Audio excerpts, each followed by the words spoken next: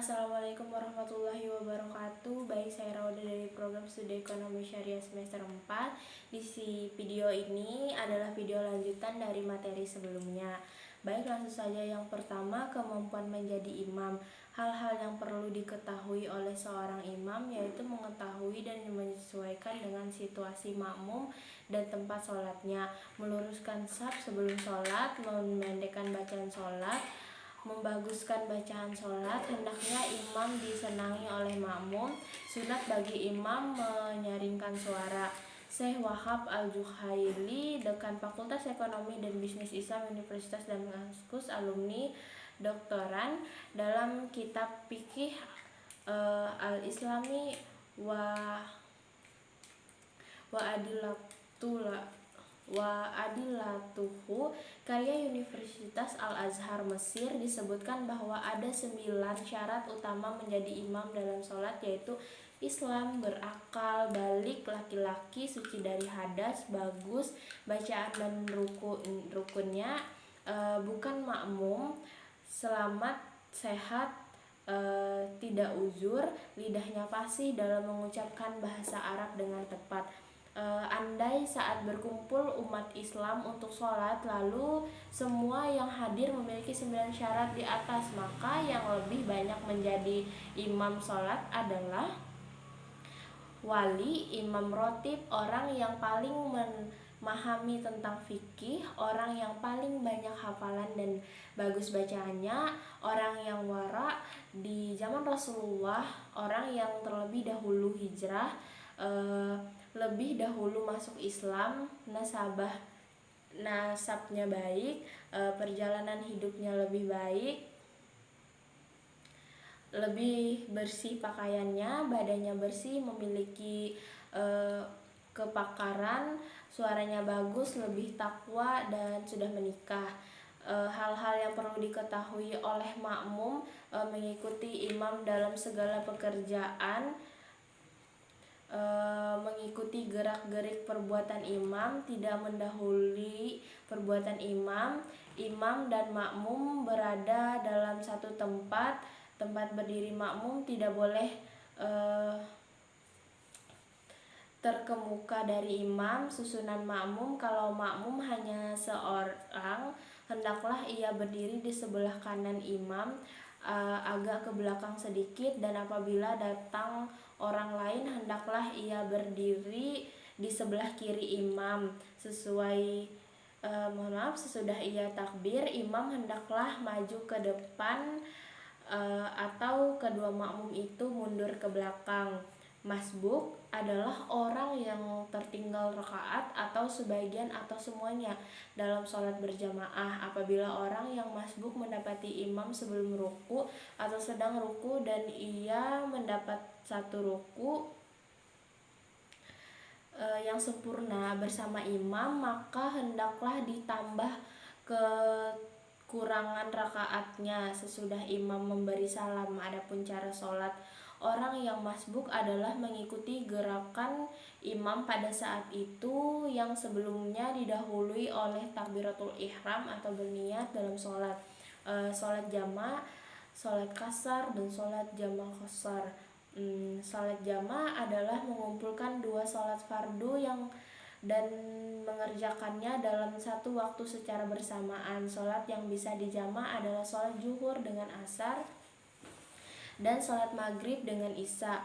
Praktiknya yang disebutkan dengan jama' takdim, dan apabila pula ada yang disebut jama' takdim.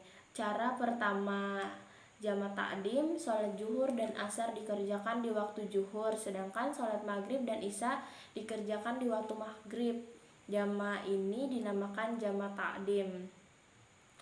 Cara melaksanakannya sebagai berikut, yaitu sholat zuhur dan asar.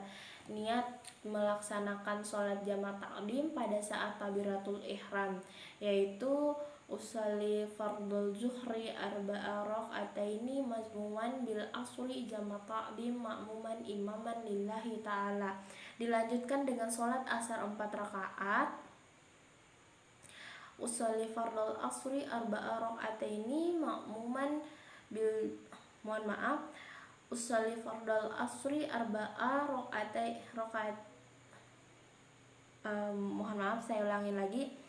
Usolli fardal asri arba'a rokaataini mazmuman bil zuhri jam'a ta'dim makmuman imaman lillahi ta'ala.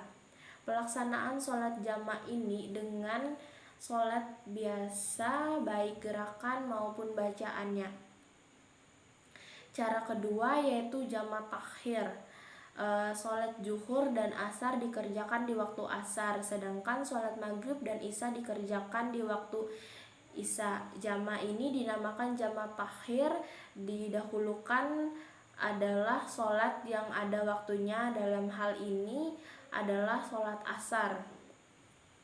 Cara melaksanakan sholat jama' takhir atau sholat zuhur dan asar. Niat melaksanakan sholat jama' takhir pada saat takbiratul ihram, yaitu usolli fardal zuhri arba'a rokaataini mazmuman bil zuhri jam'a tahrim makmuman imaman lillahi ta'ala. Dilanjutkan dengan sholat asar 4 rakaat. Usolli fardal asri arba'a rokaataini mazmuman bil asri jam'a tahrim makmuman imaman lillahi ta'ala. Pelaksanaan sholat jama' ini sama dengan sholat biasa baik gerakan maupun bacaan. Sholat qasar adalah sholat yang dilaksanakan dengan mendekatkan atau memendekkan atau meringkas sholat fardu yang mestinya 4 rakaat dijadikan 2 rakaat. Dengan demikian sholat yang boleh diqashar adalah sholat zuhur, asar, dan isya, sedangkan sholat maghrib dan subuh tidak boleh diqashar. Contoh niat sholat qashar yaitu usolli fardal asri rokaataini qasran lillahi ta'ala. Sholat jama' qashar, sementara ulama berpendapat bahwa untuk para musafir dapat saja melakukan sholat jama' dan qashar secara bersama-sama. Praktiknya sama dengan bentuk jama' takdim atau jama' takhir, tetapi jumlah rakaatnya diqasarkan. Artinya sholat zuhur, asar, dan isya dilakukan 2 rakaat saja. Untuk sholat maghrib hanya boleh dijama' tetapi tidak boleh diqashar, karena sholat jama' qashar itu dilakukan 2 rakaat dengan sendirinya. Tidak ada tasahud awal pada salat seperti ini. Dengan demikian setiap rakaat kedua langsung saja dibaca tasahud akhir dan diakhiri dengan salam. Lafaz dan niat salat qashar jama' takdim yaitu usolli fardal zuhri usolli fardal zuhri rokaataini makmuman bil asri jama' takdim qasran makmuman imaman lillahi ta'ala. Dilanjutkan dengan sholat asar 2 rakaat yaitu usolli fardal asri usolli fardal asri rokaataini mazmuman bil zuhri jama' takdim qasran makmuman imaman lillahi ta'ala. Sujud tilawah, sajadah, sujud sahwi, dan sujud syukur.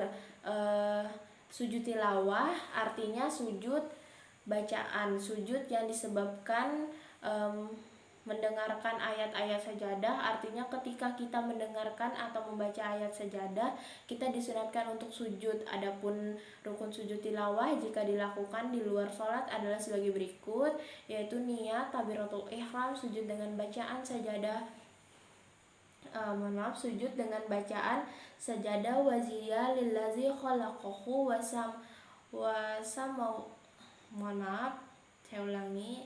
sajadah waziyah lillazi khalaqahu wa sawwarahu wa syaqqa sam'ahu wa basarahu bihaulihi wa quwwatihi fatabarakallahu ahsanul kholiqin.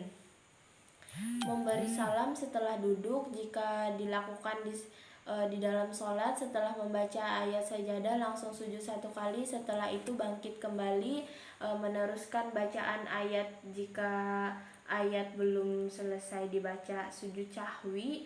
artinya sujud karena lupa seperti ketinggalan sujud sahwi artinya sujud karena lupa seperti ketinggalan tasahud awal atau ketinggalan kunut. Kelebihan rakaat ruku atau sujud karena lupa, karena ragu tentang jumlah rakaat yang telah dikerjakan apabila kurang rakaat dan lupa. Cara melaksanakannya: sebelum salam, orang yang sholat melakukan sujud 2 kali sebagaimana sujud sholat pada umumnya. Ketika sujud, membaca bacaan sujud sahwi yaitu subhanaman subhanaman layana muwalla yashu sebanyak 3 kali. Sujud syukur artinya sujud terima kasih karena mendapat nikmat atau terhindar dari suatu bencana atau musibah. Hukum sujud syukur adalah sunnah. Pelaksanaannya dapat dilakukan di luar sholat atau sembarang tempat asal suci dan boleh dilakukan tanpa berwudu. Melakukannya boleh tidak harus menghadap kiblat dengan cara niat sujud syukur, sujud 1 kali sambil membaca doa curahan rasa syukur, menunjukkan sikap rasa syukur kepada Allah Subhanahu wa taala dengan membaca sajada wajhiya lillazi khalaqahu wa sawwarahu wa syaqa sam'ahu wa barasahu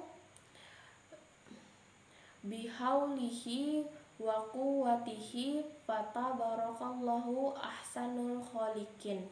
Syarat sujud syukur yaitu berwudu, berdiri menghadap kiblat, berniat sengaja aku sujud syukur karena Allah Subhanahu wa taala. Takbiratul ihram, bersujud dengan menyentuh bumi atau lantai dengan sekali sujud saja. Bertakbir seiring bangun dari sujud dan membaca salam.